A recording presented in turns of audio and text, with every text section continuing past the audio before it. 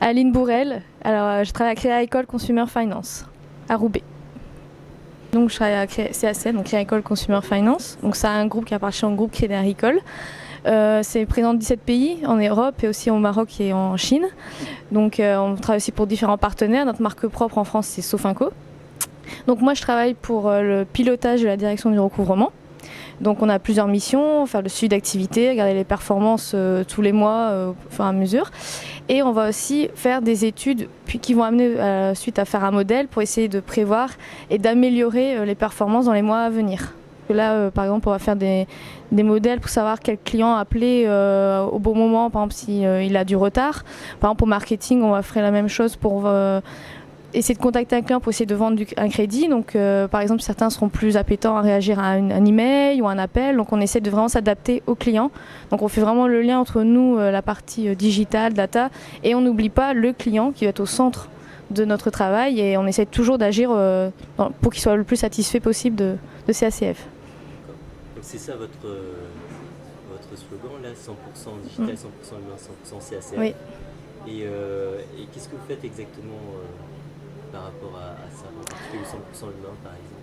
Alors du coup, parce qu'on pourrait penser que voilà, avec les nouvelles technologies, on va essayer de dématérialiser de plus en plus les contacts avec le client, mais on pourrait arriver à un point où on a peut-être trop peu de contacts et du coup le client a l'impression qu'on l'oublie, qu'on ne travaille pas assez avec lui.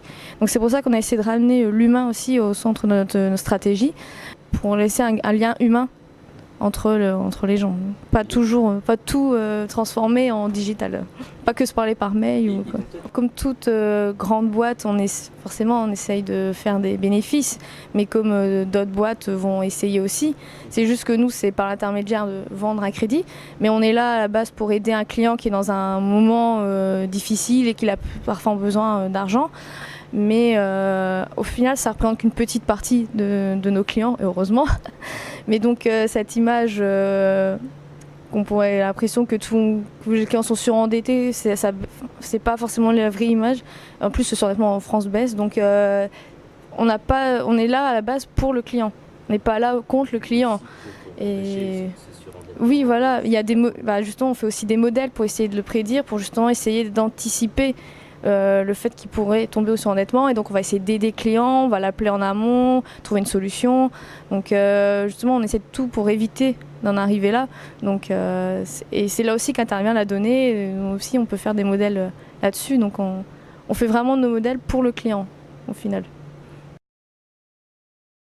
Alors j'ai fait d'abord classe préparatoire pendant 2 ans. C'est lors de ma classe préparatoire que j'ai découvert parce qu'au départ je voulais faire vraiment plutôt prof. Ou de la recherche. Et en fait, c'est pendant les classes prépa que j'ai découvert qu'il y avait aussi possibilité de faire des maths appliquées, qu'il n'y avait pas que les maths pures. Parce que des fois, c'est dur d'imaginer au collège ou au lycée que ce qu'on apprend en maths, ça peut s'appliquer dans le monde réel. Et donc, à la suite, je suis arrivée à Lille 1 pour faire la 3e année de licence.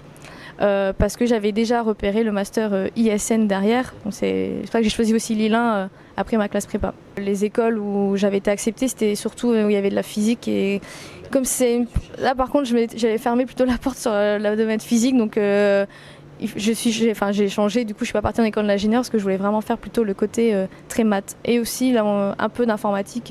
Donc lors de mon master en M1, il y a la possibilité de faire un premier stage. Donc c'était pas obligatoire, mais j'ai quand même voulu parce que c'était déjà pour aussi me fixer sur mon avenir après ce que je voulais faire. Parce que j'en ai profité pour le faire plutôt dans la recherche à Centrale Lille. Et c'est là que je me suis dit que ça allait. J'hésitais encore à ce moment-là, mais après je me suis dit que je ne ferais pas de recherche. Je préférais travailler directement en entreprise et appliquer ce que je pouvais apprendre lors de mon master. Donc c'est pour ça qu'en M2 j'ai cherché un stage plutôt en entreprise. CACF n'était pas mon premier choix, mais parce que l'image de la banque, ça peut des fois faire peur. Mais au final, ici, l'avantage, c'est qu'ils avaient des stagiaires tous les ans. Et donc, je savais qu'ils étaient habitués à avoir des stagiaires, que les missions étaient très fixées à l'avance. Et donc, je me sentais en confiance pour venir ici. Je savais que j'allais être encadrée, puisque quand on débute, on n'est pas forcément encore à l'aise.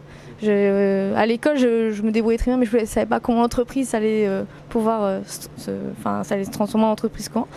Donc au final, j'étais contente de venir ici. Je suis restée après en CDI. Mais même mon parcours ici a évolué en 4 ans, puisqu'au départ, j'étais vraiment plutôt suivi activité, pilotage et études simples études, on va dire, qui aidaient à des décisions au quotidien pour les opérationnels, mais j'allais pas forcément beaucoup dans la partie scoring, puisqu'en général, vu les impacts financiers qu'un modèle peut avoir, on évite de donner tout de suite aux petits jeunes les plus gros modèles. Et c'est du coup il y a 2 ans où là j'ai récupéré enfin un gros projet de refonte des modèles du recouvrement. Donc là ça avait plus d'impact et donc j'étais lead sur la partie data, donc sur la partie études, modèles et suivi pour la mise en production maintenant du modèle.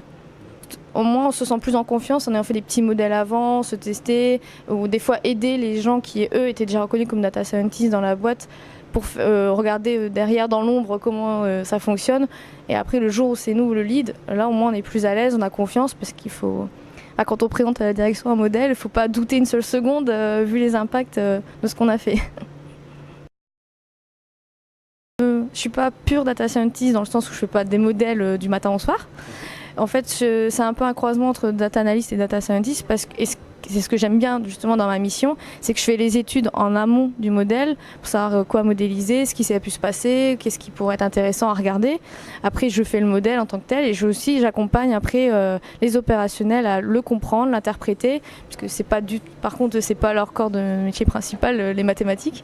Donc, il faut leur expliquer comment ils pourront l'utiliser, à quoi ça va les aider. Puisque ce sera un changement pour eux des fois dans leur méthode de travail, donc il faut qu'ils aient confiance en nous. Et après, dans la suite, je fais les études pour voir si ça a fonctionné, si le modèle est bon, s'il ne faut pas le mettre à jour. On accompagne dans la mise en prod, donc c'est vraiment, je suis du début à la fin les projets où il y aura un score qui va intervenir. Donc c'est ça qui est bien aussi. C'est pas que limité à la data science. Dans la banque, on a aussi beaucoup de réglementaires, donc on ne peut pas forcément faire ce qu'on veut comme modèle, il faut pouvoir l'expliquer.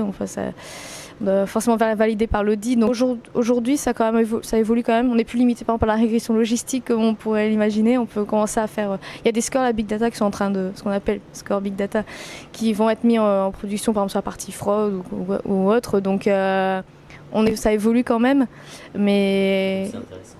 Oui, en fait c'est là vraiment, on a vraiment pris un virage avec une nouvelle stratégie plus digitale et plus data dans la boîte qu'il n'y avait pas encore forcément quand je suis arrivée. Et là je vois les choses changer, donc c'est pour ça que c'est intéressant d'y être maintenant au moment où tout évolue. Ces dernières années, donc, comme tout grand groupe, on investit de plus en plus dans tout ce qui est digital et nous, pour ma partie, dans la data.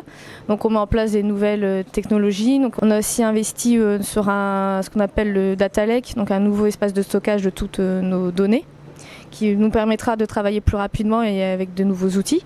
Là, il y a un projet de le faire même au niveau européen et toutes les filiales européennes, donc pour justement prendre toutes les bonnes pratiques de toutes les différentes filiales, donc toujours pour essayer d'améliorer les choses. Et du coup, il faut monter en compétences. Et c'est aussi que c'est toujours intéressant de voir des jeunes arriver, puisque comme ils viennent de la fac, ils voient des fois des nouvelles choses alors moi, ça fait que 4 ans, donc ça va, je suis pas encore trop perdue, mais le fait d'avoir des jeunes qui leur montrent les nouvelles pratiques, ça donne un peu d'air frais.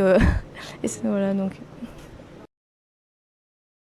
Il y a plusieurs voies pour arriver ici.